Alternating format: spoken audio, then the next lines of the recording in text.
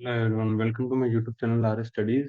तो हम कंटिन्यू करते हैं हमारी हमारी लर्निंग जर्नी से, like learning HTML CSS JavaScript from beginner to advance. उससे पहले अगर किसी ने प्लेलिस्ट एक्सेस नहीं करी है तो जरूर करें, इसमें और भी वीडियोस आती रहेगी कंटिन्यू।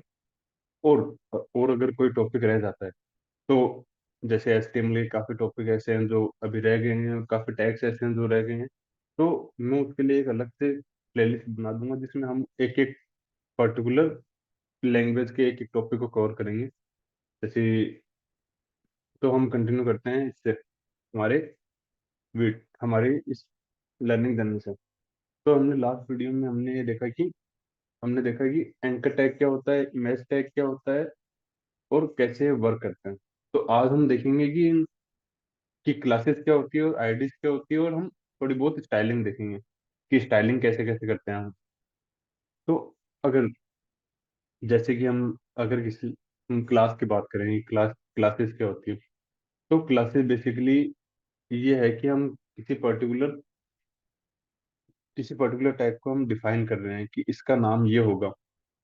और ये और इसकी एक खास बात ये है कि हम same class multiple elements provide कर सकते हैं। जैसे कि अगर मैं H1 को क्लास देता हूँ कि ये H1 टैग टैग है, तो अब ये क्या है कि अब इस क्लास की मदद से मैं इस पर्टिकुलर H1 टैग को मैं स्टाइल कर सकता हूँ। लाइक बैकग्राउंड कलर कुछ भी दे सकता हूँ, इसका कलर चेंज कर सकता हूँ, इसकी फ़ॉन्ट साइज बदल सकता हूँ, इसकी फ़ॉन्ट फैमिली बदल सकता हूँ। तो इसके साथ में खेल सकता हूँ इसकी स्टाइलिंग के साथ। और और क्लासेस की खास बात यह है कि अब मैं सेम क्लास मल्टीपल एलिमेंट्स को दे सकता हूँ। कि अगर मैं इस H2 को दूँ तो इसको H1 की जगह हम टैग्स रहने देते हैं, ताकि टैग्स रहने देते हैं इसको। वैसे आप कुछ भी नाम दे सकते हैं, लेकिन मैं टैग्स दे रहा हूँ क्योंकि मल्टीपल एलिमेंट्स को हम टैकल कर रहे हैं। तो और हम बात करते हैं आईडीज की। नहीं, आईडीज क्या होती है। तो आईडीज भी बेसिकली यही है कि हम किसी पर्टिकुलर एलिमेंट को हम कोई नाम दे रहे हैं जिससे हम उसको एक्सेस कर सकें बाद में, लाइक जावास्क्रिप्ट में या फिर स्टाइलिंग में भी। तो हम क्या करेंगे, मैं इसको आईडी दूँ, आईडी है H1 टैग। तो अब आईडी क्या होता है कि हम आईडी एक आईडी क्या है कि यूनिक वैल्यू होती है जो कि हम सिर्फ एक ही एलिमेंट को दे सकते हैं। हम सेम आईडी मल्टीपल एलिमेंट्स को नहीं दे सकते। तो अब हम बात करते हैं स्टाइलिंग की। स्टाइलिंग कैसे कैसे प्रोवाइड करते हैं। तो बेसिकली तीन तरीके हैं स्टाइलिंग प्रोवाइड करने की। कि या तो हम एक style dot C S S या फिर डॉट सी एस एस करके कोई फाइल बना ले जो कि हमारे को स्टाइल प्रोवाइड करे। बेसिकली हम वही करने वाले हैं in most of the cases. Like मैं अगर यहाँ पे style dot C S S बनाता हूँ, ठीक है। और अब मैंने बना ली, जैसे अगर मैं इस क्लास को लेना चाहता हूँ, इस H1 को लेना चाहता हूँ। तो अगर हम किसी भी आईडी को अगर एक्सेस करते हैं हमारी स्टाइल में, तो हम उसको हैशटैग फिर उसका नाम ऐसे एक्सेस करते हैं। और फिर अगर मैं कलर चेंज करता हूँ उसका रेड,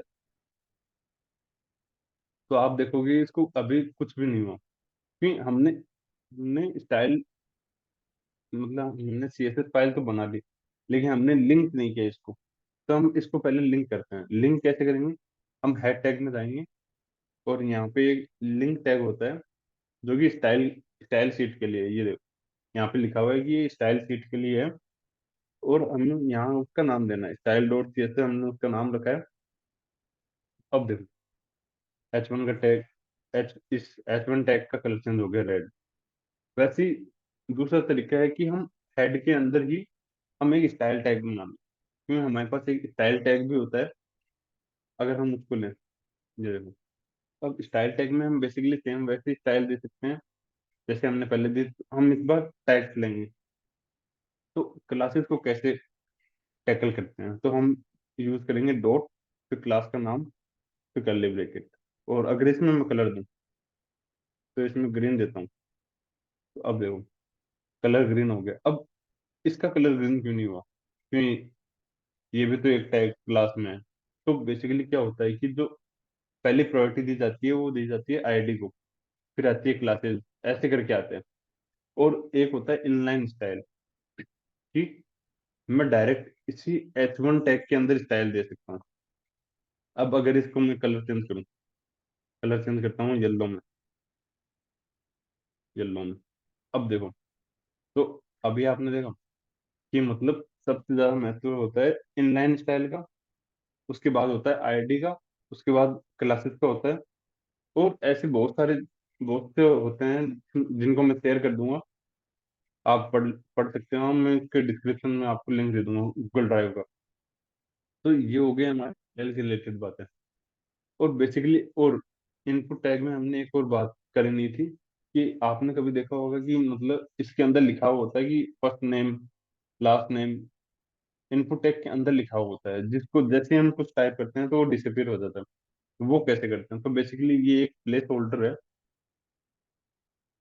तो इनपुट टैग ये रहा हमारा इनपुट टैग। तो हम प्लेस होल्डर के अंदर जो भी लिखेंगे वो हमारे इनपुट टैग के अंदर आएगा। जैसे मैं प्लेस होल्डर के नंबर लिखता हूँ, ये नंबर वाला है, तो ये देखो, जैसे ही नंबर लिखा है ये नंबर आ गए यहाँ पे। जैसे मैं 2 लिखूंगा ये डिसअपीयर हो जाएगा।